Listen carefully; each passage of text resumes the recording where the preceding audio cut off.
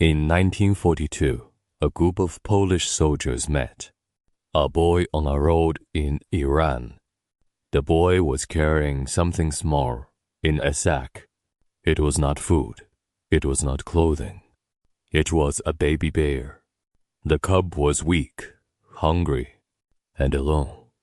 His mother had probably been killed by hunters. The soldiers were far from home, marching through a war that had already taken almost everything from them. But one young woman in the group, Irina Bolkiewicz, could not leave the cub behind. So the soldiers bought him. They named him Wojtek. At first, he was so small that he had to be fed condensed milk from a bottle. He followed the soldiers like a strange little dog. He climbed into trucks. He learned their voices. And the soldiers, who had seen too much already, suddenly had something to laugh at that mattered more than it sounds.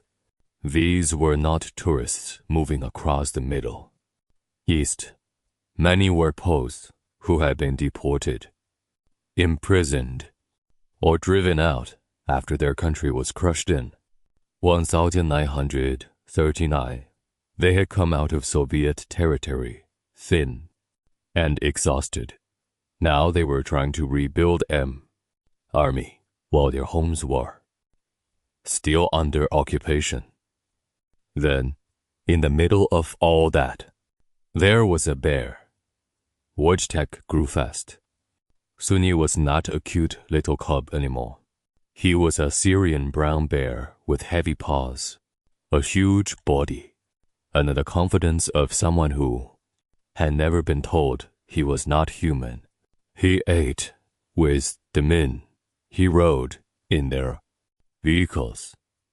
He raced, led with them for fun, usually winning because, again, he was a bear. The soldiers treated him like one of their own, and in a strange way, he became one. Wojtek belonged to the 22nd Artillery Supply Company of the Polish Second Corps. Stories say he was listed as a soldier so he could travel with the unit. Whether that part came with a smile or with paperwork, the result was the same, that the bear stayed. He traveled with the soldiers through Iran, Iraq, Syria, Palestine, Egypt, and eventually Italy. That is a ridiculous sentence if you stop and think about it. A bear crossed half a war with a Polish army unit. But the story gets stranger. In 1944, the Polish Second Corps fought at Monte Cassino in Italy. The battle was brutal. The monastery above the valley blocked the Allied advance. Men were exhausted. Supplies had to keep moving. Ammunition had to reach the guns. And there was Wojtek. Accounts say he helped carry ammunition boxes and move supplies, not because he understood the war. Of course, he did not know flags or politics. He only knew his people. If the soldiers lifted boxes, he lifted boxes. If they climbed into trucks, he climbed in too. If they moved forward, he followed. After Monte Cassino, the image of a bear carrying an artillery shell became the badge of the 22nd Artillery Supply Company. That could have been the perfect ending. A lost cub becomes a soldier, a frightened army. Fenza Masca everyone survives the war and goes home. But real stories are usually less tidy.